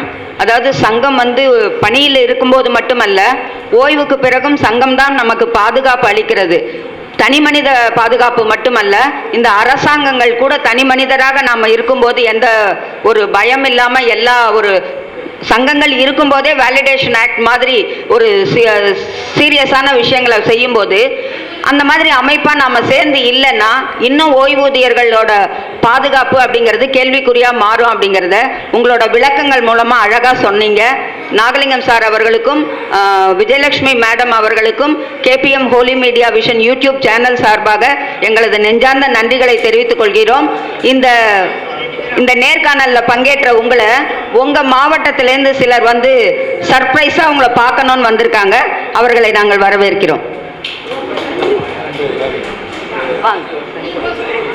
போடுங்க சார். நீங்க பாடுங்க. நாகலிங்கம் சார் அவர்களுக்கு காஞ்சிபுரம் மாவட்ட தலைவர் அவர்கள் சால்வை அணிவித்து கௌரவிக்கிறார். திருமதி விஜயலட்சுமி மேடம் அவர்களுக்கு கஸ்தூரி தனலட்சுமி அவர்கள் சால்வை அணிவித்து கௌரவிக்கிறார். பாடுங்க சார், சீக்கிரம் பாடுங்க. ஒரே ஒரு நிமிஷம். நம்ம மாவட்டத்தை சேர்ந்தவர்களுக்கு ஒரு சிறப்பு பாடல். பிறந்த இன்றலே பெருமையுடன் வருக, உங்கள் திருவடி தாமரை தொடங்கிய பாதையில் தேசம் நன்மை பெருக. பிறந்த இடம் தேடி நடந்த தென்றலே பெருமையுடன் வருக, உங்கள் திருவடி தாமரை தொடங்கிய பாதையில் தேசம் நன்மை பெருக. ஆலமரம் போல நீ வாழ அங்கு 1000 பறவைகள் இளைப்பார. கால மகள் உன்னை தாளாட்ட அந்த கருணையை நாங்கள் பாராட்ட. ஆலமரம் போல நீ வாழ அங்கு 1000 பறவைகள் இளைப்பார. கால மகள் உன்னை தாளாட்ட அந்த கருணையை நாங்கள் பாராட்ட. பிறந்த இடம் தேடி அடர்ந்த தென்றலே பெருமையுடன் வருக, உங்கள் திருவடி தாமரை தொடங்கிய பாதையில் தேசம் நன்மை பெருக. ஆலமரம் போல நீ வாழ அங்கு 1000 பறவைகள் இளைப்பார. கால மகள் உன்னை தாளாட்ட அந்த கருணையை நாங்கள் பாராட்ட. மாவட்டத்தை சார்ந்த ஹசீனா மேடம் அவர்களை உரையாற்றுமாறு கேட்டுக்கொள்கிறேன். மாலை வணக்கம்.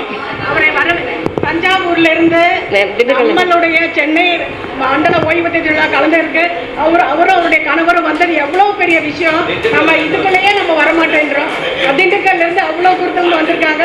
அவங்க மனமார்ந்த நன்றி தெரிவித்துக் கொள்கிறோம். ஹசீனா மேடம் அவர்களை வருக வருக என்று வரவேற்கிறோம். Thank you madam.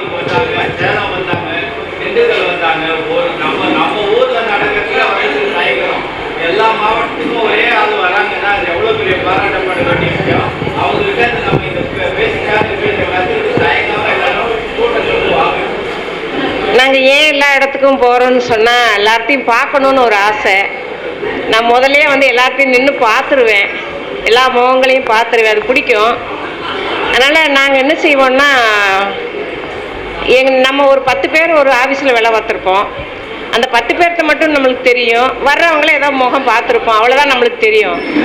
மீதி ப்ராஜெக்டில் உள்ளவங்க அவங்களெல்லாம் நம்மளுக்கு தெரியறதில்ல. ரிட்டையர்ட் ஆனால் அதோட நம்ம மறந்துடுறோம். இப்படி பார்த்துட்டு அந்த அன்னைக்கூட போயிடுறோம். நாங்கள் அப்படி விடுறதில்லை. இப்போ கெட் டுகெதர் மாதிரி எல்லா இதுலேயும் அந்த மாதிரி ஸ்கூல்ஸில் காலேஜஸில் அந்த மாதிரிலாம் பண்ணுறாங்க. எல்லோரும் ஒன்று சேர்ந்து அந்த டேட்டில் எல்லோரும் ஃபோட்டோ எடுத்துகிட்டு என் பேரன் பேத்தி மக மருமக இதையெல்லாம் பார்க்குற மாதிரி ஒரு ஐடியா பண்ணி செய்கிறாங்க. அதே மாதிரி நாங்களும் இப்போ திண்டுக்கல்லில் நானும் என் ஹஸ்பண்டும் ஆரம்பிச்சிருக்கோம். எங்களால் முடிஞ்ச அளவுக்கு என்ன முடியுமோ அதை பார்த்துட்டு எல்லார் வீடுகளுக்கும் நாங்கள் போவோம். யாரெல்லாம் எங்களோட வர்றேன்னு சொல்கிறாங்களோ அவங்கள ஒரு எட்டு கூப்பிட்டுட்டு வர்றவங்களெல்லாம் சேர்த்து மொத்தமாக போய் அவங்க வீட்டில் பார்ப்போம். பார்க்கும்போது அவங்க வீட்டில் உள்ள குழந்தைங்க, அவங்க பேரம்பேத்திக எல்லாருமே ரொம்ப சந்தோஷப்படுறாங்க. நம்ம போகிறத பார்த்து எல்லாருமே சந்தோஷப்படுறாங்க. ஓ, நம்ம அம்மா அப்பாவையும் பார்க்க வர்றாங்க, ரிட்டையர்ட் ஆகிட்டோம் அப்படிங்கிற மாதிரி எல்லாருக்கும் எண்ணமும் நல்லா இருக்குது. அதனால் நீங்களும் இந்த மாவட்டத்தில் நல்லா பண்ணுங்கள். ஒரு சில மாவட்டம் நாங்கள் போகும்போது பார்த்தோம், நம்ம சகோதர சகோதரிகள்லாம் கொஞ்சம் அவ்வளவா பிரிஸ்காக அந்த மாதிரி இல்லை. இங்கே நான் பார்த்த அளவுக்கு மனசு திருப்தியாக எல்லோரும் நல்லா இருக்கும். யாரும் ஒரு மாதிரி பையன் கூட்டிகிட்டு வர்றது, அப்படி உட்கார வைக்கிறது, வீல் சேரு அந்த மாதிரி இல்லாமல் நம்ம ஹெல்த்தாக நல்லா இருக்கும். இதை இன்னும் நல்லா மெயின்டைன் பண்ணிவிட்டு நம்ம 4 இடத்துக்கு போய் நம்ம காலம் உள்ள வரைக்கும் நம்ம சொல்லுவோம் அப்படிங்கிறக்காகத்தான் நான் இங்கே நின்று சொன்னேன். அதனால் அதை கொஞ்சம் பிக்கப் பண்ணி பாருங்கள், நல்லாயிருக்கும். யாருமே எந்த குறைபாடும் நம்மளை சொல்ல மாட்டாங்க. சொன்னாலும் சொல்லிட்டு போகிறாங்க. நம்ம போய் நம்ம சகோதரிகளை பார்ப்போம். நம்மளால் முடிஞ்சதை அந்த அன்னைக்கு போகும்போது செய்வோம். ஒரு சிலர் சாப்பாடு கொடுப்பாங்க, டீ காஃபி வேணும்னு கொடுப்பாங்க, அந்த மாதிரியெல்லாம் இருக்கும். நாங்களும் கூட்டிகிட்டு போய் வாங்கன்னு அவங்கள கூப்பிட்டு போய் குடும்பத்தோடு உட்கார வச்சு எல்லாம் ஃபோட்டோ எடுத்துட்டு எல்லாம் போஸ்ட் பண்ணுவோம். பார்த்துருப்பீங்கன்னு நினைக்கிறேன். அதனால் பார்த்துருங்க. நான் 6 மாதம் இங்கே இருப்பேன், 6 மாதம் லண்டனுக்கு போயிடுவேன். ஆனால் அங்கே இருந்தாலுமே இங்கே இருக்கிறத வந்து எல்லாமே எங்ககிட்ட வாட்ஸ்அப்பில் ஷேர் பண்ணிக்குவோம். ஷேர் பண்ணிவிட்டு அதாவது எங்கெங்கே யார் யார் என்னென்ன செய்யணுமோ, யார் வீட்டுக்கு போகணுமோ அதையெல்லாம் மெயின்டைன் பண்ணிகிட்டே இருப்போம். நாங்கள் இங்கே இருந்தாலும் அங்கே இருந்தாலும் அதை மெயின்டைன் பண்ணிகிட்டே இருப்போம். ஏன்னா இது வந்து நம்மளுக்கு 30 வருஷமாக சாப்பாடு போட்ட இடம். அதனால் அதை நம்ம மனசில் வச்சுக்கலாம். அதுதான் நம்மளுக்கு என்றைக்குமே எந்த இதுனாலும் சரியா, கீழே இருந்தால் மேலே இருந்தால் அப்படியோ அவங்கவுங்க வசதிக்கு தெரியுமா நம்ம ஓய்வூதியம் பெறோம் இல்லையா, அது நம்ம இங்கே வந்த சாப்பாடு, நம்மளுடைய உழைப்பு. ரெண்டாவது, நமக்கு வந்து விட்டமின் டி குறைவாக இருந்தால் தான் வந்து இந்த மூட்டு வலி, சதை வலியெல்லாம் வருதுன்னு டாக்டர்ஸ் இப்போ கண்டுபிடிச்சிருக்காங்க. அதனால் நம்ம என்ன செய்யணும்னா, ஒரு பிளட் டெஸ்ட் பண்ணும்போது டாக்டர்கிட்ட சொல்லி எனக்கு விட்டமின் டி கரெக்டாக இருக்கான்னு பார்த்துருங்கன்னு சொல்லிட்டு, சஃபிஷியன்ட் இருந்தால் ஒரு 8 நாளைக்கு 8 வாரத்துக்கு மருந்து கொடுப்பாங்க. அதை சிறப்பாக எடுத்துட்டோம்னா விட்டமின் டி சரியாயிடுச்சுன்னா நம்மளுக்கு அந்த சதைப்பிடிப்பு, முழங்கால் வலி ரெண்டும் போயிடும். அதனால் அதை வந்து கொஞ்சம் எல்லாம் செக் பண்ணிவிட்டு நல்ல விதமாக நம்ம பேரம்பேத்திகளோட சந்தோஷமாக கழிச்சாலும், ஒரு நாளைக்கு வந்து நம்ம சகோதரர் வரலன்னு சொன்னால் அவங்கள இழுத்து பிடிச்சி கூட்டிகிட்டு வாங்க. ஒரு நாளைக்கு நல்லா இருக்குது, வாங்க கூட்டத்துக்கு வாங்க, என்ன செய்ய போகிறோம், வருஷம் பூரா தான் வீட்டோட இருக்கிறோம், எல்லாம் பார்க்குறோம் அப்படின்னு இல்லாமல் எல்லாத்தையும் நம்ம உறவுக்காரவங்களை எல்லாத்தையும் இந்த உறவுக்கான இடத்துக்கு எல்லோரும் கூட்டிகிட்டு வாங்கன்னு கேட்டுட்டு என்னுடைய உரையை நல்லபடியாக முடிச்சுக்கிறேன். நன்றி, வணக்கம். இந்த ஷாஜகான் சார், ஹசீனா மேடம் அவர்கள் 2 பேருக்குமே மிகப்பெரிய பாராட்டு நம்ம தெரிவிச்சுக்கலாம். Thank you sir. அடுத்தபடியாக நம்ம இதுவரைக்கும் நம்மளுடைய ஓய்வூதியர் விழாக்களிலே நம்ம காணாமல் இருந்தது புதுவிதமான ஒரு நிகழ்ச்சி, மேஜிக் ஷோ. அதனால் நம்ம நல்லா ஒரு சந்தோஷமாக நல்லா முன்னாடி வந்து உட்காந்துட்டிங்கன்னா நல்லா பார்க்கலாம் மேஜிக் ஷோவை. இன்னும் ரொம்ப தூரமாக உட்காந்து நம்ம கிட்டக்க, நம்ம தான், வேறு யாருமே இல்லை, கிட்டக்க வந்து உட்காந்துக்கோங்க.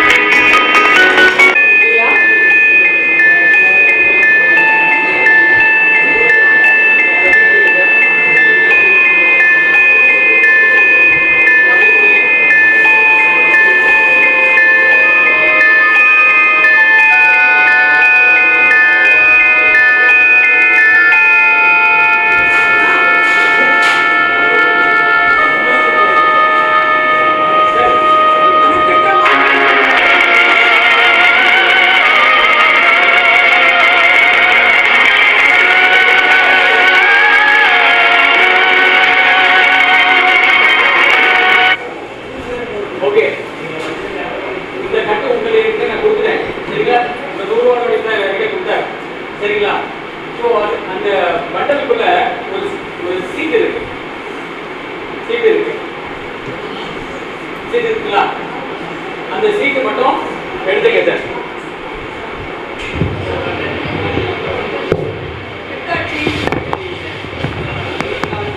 எடுத்துட்டீங்களா?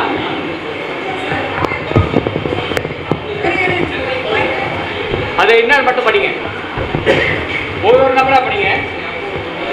நம்பரா? அது என்ன படிங்க, என்ன படிங்க.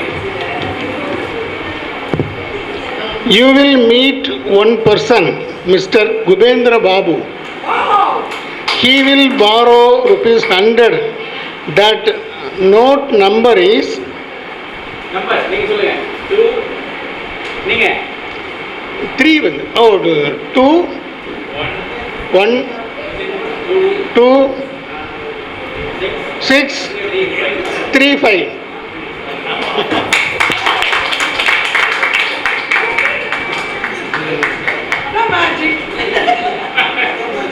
சூப்பர்.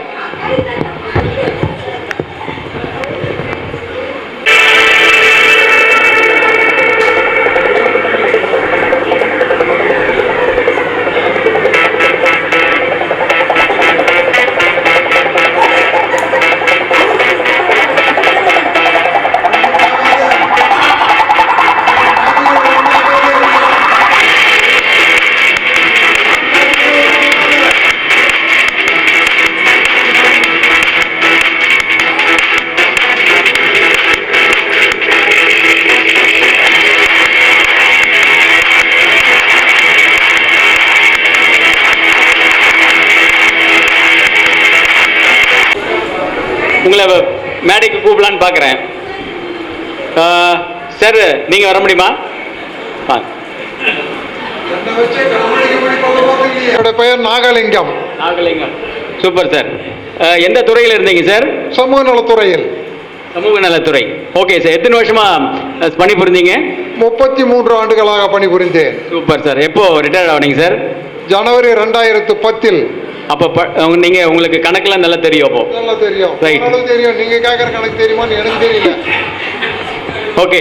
இப்போ பார்த்தீங்கன்னா நீங்கள் ஏதாவது ஒரு நம்பர் 1லேருந்து 99க்குள்ள 1லேருந்து 99க்குள்ள ஏதாவது ஒரு நம்பர் நினச்சிங்க. அது என்ன பண்ணுங்க, இதில் எழுதுறீங்க. எங்கிட்ட காமிக்காதீங்க. எங்கிட்ட காமிக்க வேண்டாம். எங்கிட்ட காமிக்காதீங்க. உங்கள் மக்கள்கிட்ட காமிச்சிருங்க. மக்களே, நீங்கள் எனக்கு யாரும் எதுவும் சொல்லக்கூடாது சார். நல்லா பெருசாக எழுதுங்க. 1லேருந்து 99க்குள்ள, 0லாம் கிடையாது, 100ம் கிடையாது. 1லேருந்து 99க்குள்ள எழுதுருங்க. அதை அழிச்சிருங்க. ஆமாம், காமிச்சிட்டு அழிச்சிருங்க. காமிச்சிட்டிங்களா? அழிச்சாச்சு. ரைட். என்ன நம்பர் எனக்கு தெரியுமா சார்? அதை அப்படியே வச்சிருங்க. நான் தொடக்கூட வரல. அதை அப்படியே உள்ள வச்சிருங்க. என்ன நம்பர் எனக்கு தெரியுமா? எனக்கு நம்பர் தெரியாது. ஸோ என்ன பண்ணலன்னா, உங்களுடைய 7 ஜென்மத்தை கணக்கு நான் கணக்கு பண்ணி வச்சிருக்கேன். 7 ஜென்மத்துடைய கணக்கு இதை நான் கணக்கு பண்ணி வச்சிருக்கேன்.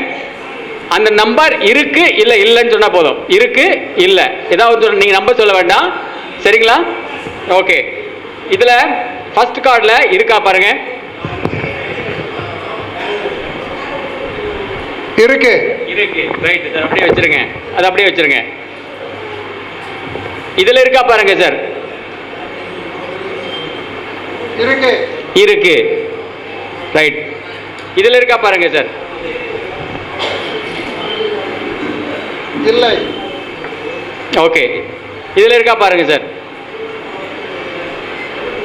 இல்லை. ஓகே. இதுலயும் இல்லை. இதுல இருக்க பாருங்க சார். இல்லை. இதுலயும் இல்லை. ஓகே. இதுல இருக்கா பாருங்க சார். இருக்கு. ஓகே. இதுலயும் இருக்கு. இதுலயும் இல்லை. இதுல இருக்கா பாருங்க சார். இல்லை. ஓகே. ரைட். இந்த 7 ஜென்மத்தை கணக்கு நான் உங்களை இது பண்ணிட்டேன். என்ன கொஞ்சம் பாருங்க சார். ஏன் உங்களை கூப்பிட்டு அப்படின்னா, இந்த பொட்டு இங்கே எதுக்காக வைக்கிறாங்க அப்படின்னு உங்களுக்கு தெரியும். நிறைய பேருக்கு தெரியும், நான் இல்லைன்னு சொல்லலை.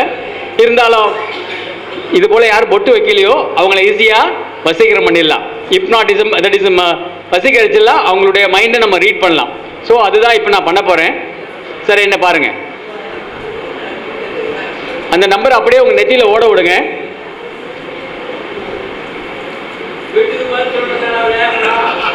Okay, thank you. Right sir. இப்போ அந்த நம்பர் சொல்லவா இல்லை எழுதி காமிக்குவா? சொல்லலாம். சொல்லவா? Right sir. இல்லை போதும், நான் பார்த்துட்டேன், உங்கள் மைண்ட் ரீட் பண்ணிட்டேன்.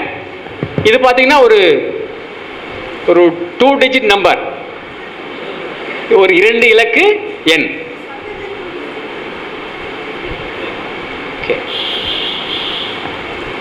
இது பார்த்தீங்கன்னா ரொம்ப பெரிய நம்பர்லாம் கிடையாது. நான் 1லேருந்து 99க்குள்ள சொன்னேன். இது பெரிய நம்பர் கிடையாது, ஒரு நார்மலான நம்பர். 1லேருந்து 20க்குள்ள ஒரு நம்பர். 1லேருந்து 20க்குள்ள ஒரு நம்பர். ஓகே, அந்த கடைசி நம்பர் 1. அடுத்த நம்பர் 1 தான், 11. டோட்டல் 11. கரெக்டுங்களா? Thank you sir, thank you so much. Okay madam, மோதிரம் பார்க்குறீங்கன்னு நினைக்கிறல. மோதிரம் காணாமல் போச்சா இருக்கான்னு பயப்படாதீங்க, வாங்க. இல்லை இல்லை, அரசவரன். ஓகே, உங்களுக்கு அந்த அரசவரன் 1 சவரன் ஆக்கணுமா? இல்லை, அரசவரன் 1 சவரன் ஆக்கணுமா? அதாவது என்னன்னா, அரசவரன் கொடுத்தா 1 சவரன் ஆகும், 1 சவரன் கொடுத்தா 2 சவரன் ஆகும், 2 சவரன் கொடுத்தா 5 சவரன் ஆகும். காணாம போச்சா எனக்கு தெரியாது. சரிங்களா? 2மே உண்டு. அதாவது லக்கு இருக்கு, அன்லக்கு இருக்கு. ஸோ எப்படியும் தெரியாது. மேடம் என்ன எப்படின்னு பார்த்துடலாம். மேடம், உங்க மோதிரத்தை கேட்டுங்க.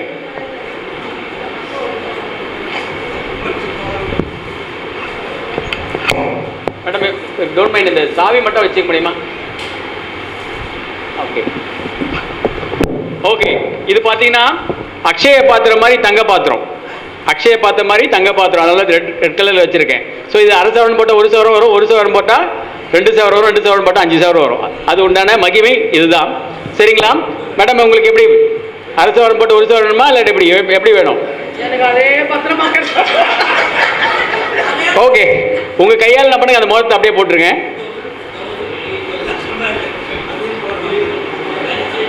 மோதிரம் இதுக்குள்ளே போடுறேன். இதுக்குள்ளே போட்டு என்ன பண்ணுறேன் பார்த்துங்க. பார்த்துட்டிங்களா? இதை அப்படியே லாக் பண்ணுறேன்.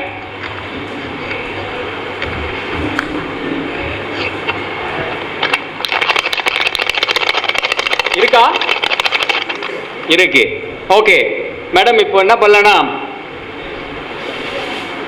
உங்க இந்த கச்சிப்பில் ஏதா இருக்கா பாருங்க. இந்த கச்சிப்பில் ஏதா இருக்கா? எதுவும் இல்லை. சரிங்களா? இப்போ உங்க கையால இது இந்த இதை பாக்ஸை திருப்பி பார்த்துங்க. யாராவது பார்க்காதவங்க பார்த்துங்க. கடைசியா ஒரு முறை பார்த்துங்க. பார்க்காதவங்களும் பார்த்துங்க, கடைசியா ஒரு முறை பார்த்துங்க. சரிங்களா? மோதிரம் இருக்கா? மேடம், நீங்களும் பார்த்துங்க, கடைசியா ஒரு முறை பார்த்துங்க. ஏன் அப்படின்னா, அரை சவரன் கொடுத்தா 1 சவரன் ஆகலாம் இல்லையா? அதுக்காக சொல்றேன். மோதிரம் உருமாறும் இல்லையா? 1 சவரன் அப்படியே வராது. ஸோ அதுக்காக தான் கடைசியா ஒரு முறை பார்த்துங்கன்னு சொல்றது. சரிங்களா? ஓகே, திருப்பி நான் க்ளோஸ் பண்றேன்.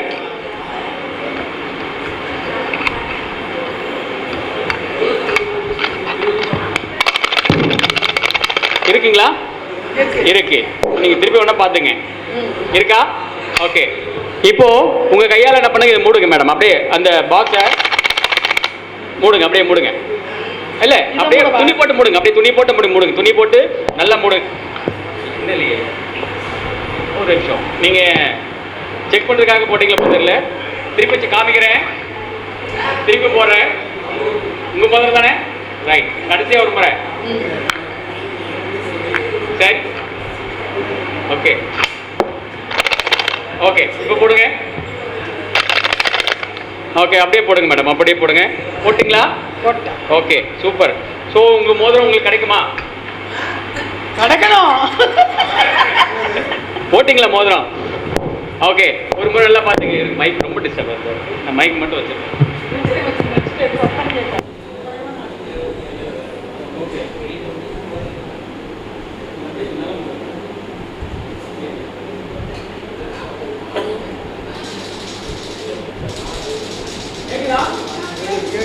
ஓகே, இப்போ நீங்க ட்ரை பண்ணாதீங்க. நீங்க ட்ரை பண்ணா மோதிரம் காணாம போச்சு எனக்கு தெரியாது. ஓபன் பண்ணாலும் எனக்கு காணாம போச்சு எனக்கு தெரியாது. ஓகேங்களா?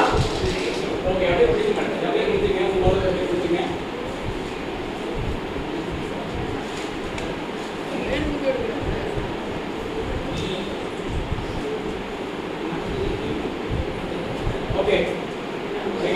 பாக்ஸ் இருக்கு, இந்த பாக்ஸ் வந்து லாக் ஆயிருக்கு.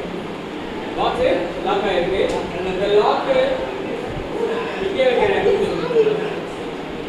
லாக் பண்ணிருக்கு. என்ன மேடம்? அதான் போ. அது மாதிரி சொல்லுது. அந்த கூட்டு பா வைக்கிறேன். இருக்கா? இருக்கா? ஓகே. இப்போ 1 2 3 நீங்க என்ன பண்றீங்க? நான் கேக்குறேன். நீங்க எதுக்கு யாரோட ஊதுறாங்க மேடம்? யாரோட ஊதுறாங்க? அப்புறம் அங்கனே இருக்கு. அப்புறம் பெருமாளோட மந்திரம். பெருமாளோட மந்திரம். கோவிந்தா கோவிந்தா கோவிந்தா கோவிந்தா கோவிந்தா கோவிந்தா. பாஸ் இருக்கு. ஓபன் பண்ணுங்க. கோவிந்தா கோவிந்தா கோவிந்தா.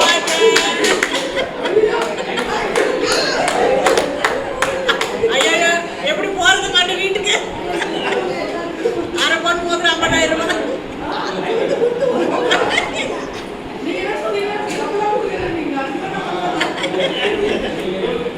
எப்படி பாத்தீங்கன்னா நீங்க அதை காணாம போயிடுச்சு. ஓகே, இப்படி சொல்லுங்க. உங்களுக்கு வந்து ஒரு மொத்தமே போதுமா இல்ல கொஞ்சம் வரணுமா?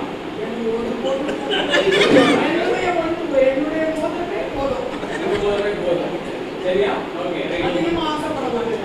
பேராசை பெருநஷ்டம் அப்படின்னா இந்த இது ரைட். முடியல. சாமி யாருக்கு கொடுங்க. நீங்க அப்படியே வாங்க.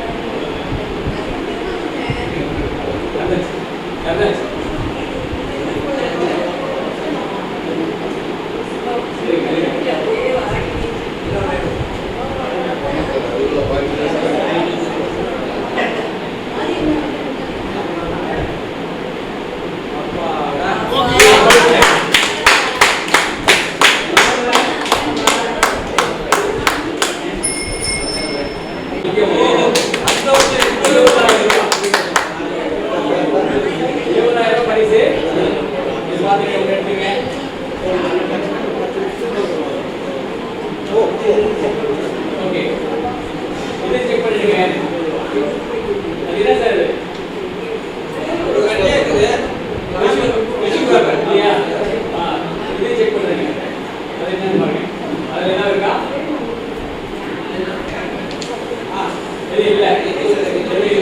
ஓகே எத்தனை டிஷர்ட் உங்களுக்கு வேணும்? இது வேணுமா? ஒண்ணே போதும். ஓகே ஒண்ணா கொடுப்பேன். அது எனக்கு. ஓகே இப்போ என்ன பண்றோம்னா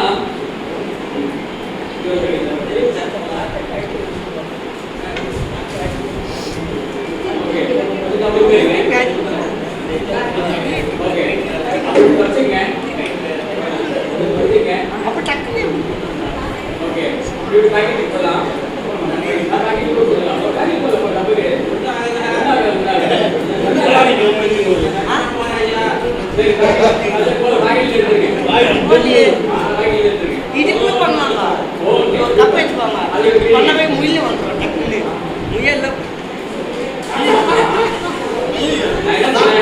நான் பண்ற மாதிரி பண்ணுவேன்.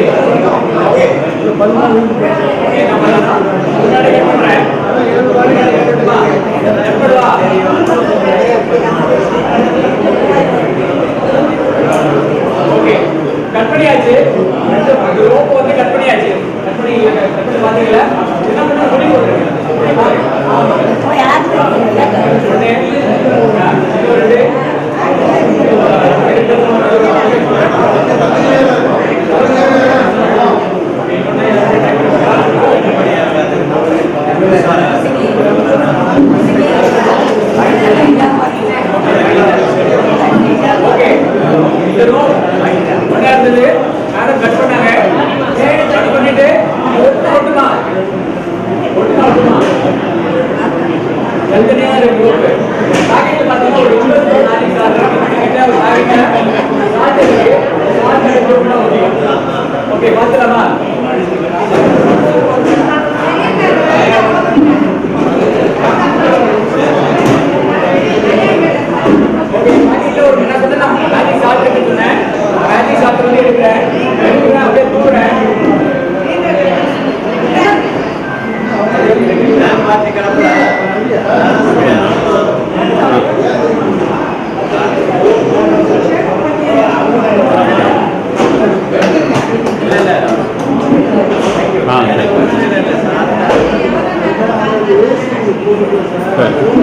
அவருக்கு எல்லாரும் ஒரு ஓ பண்ணமா ஓஹா ஓஹா ஓஹா. சரி, இப்ப நான் வந்து தலைவர்கள், நம்முடைய மண்டல சென்னை மண்டல தலைவர்கள் மற்றும் நம்முடைய செயற்குழு உறுப்பினர்கள் அனைவருக்கும் மிகவும் விமரிசையாக இந்த விழாவை சிறப்பாக நடத்தி கொண்டிருக்கிறார்கள். அவர்களுக்கு நாம் சேர் பண்ற வகையிலே நிச்சயமா நம்ம வாழ்த்த வேண்டிய கட்டாயத்தில் இருக்கிறோம். சரியா சொல்லலாமா? 3 cheers to our நம்முடைய தலைவர்களுக்கு சேர பண்ணுவோம். 3 cheers to our தலைவர்கள். Have it hooray, have it have it. எல்லாருக்கும் மனமார்ந்த புத்தாண்டு நல்வாழ்த்துக்கள். We wish you a happy new year. We wish you a happy new year.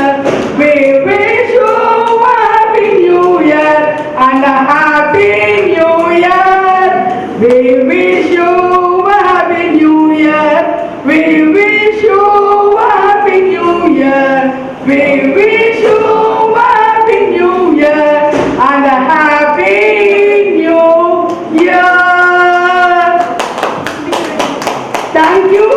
பிறக்க போகின்ற புத்தாண்டு நம் அனைவருக்கும் நல்ல ஆரோக்கியத்தையும் நல்ல வளமான வாழ்க்கையையும் கொடுக்க வேண்டும் என்று எல்லா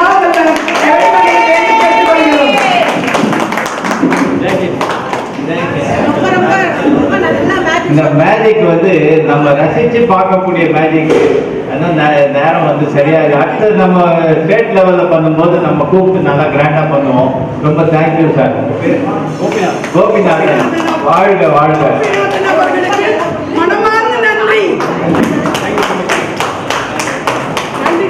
மேஜிக் ஷோக்கு அடிக்கடி ரொம்ப கடவுள் வாழ்த்து முதற்கொண்டு கடைசியாக மேஜிக் ஷோ வரை மிக அற்புதமாக அருமையாக நடைபெற்றது என்று சொன்னால் அது சரியான வார்த்தை இல்லை. இதற்காக ஒத்துழைப்பு நல்கிய அத்தனை நல் உள்ளங்களுக்கும் நன்றி நன்றி நன்றி என்று தெரிவித்துக் கொள்கிறேன். மேடையில் ஏறி ஒவ்வொரு நிகழ்ச்சியும் தொகுத்து வழங்குவதில் மிகவும் பெயர் பெற்ற நம் சோசன் அவர்களுக்கும் நாம் மனதார ஒரு கைத்தட்டலை அளித்து இந்த விழாவில் நன்றி தந்து சிறப்பித்த அனைவருக்கும் நன்றி தெரிவித்துக் கொள்கிறோம். நன்றி நன்றி நன்றி.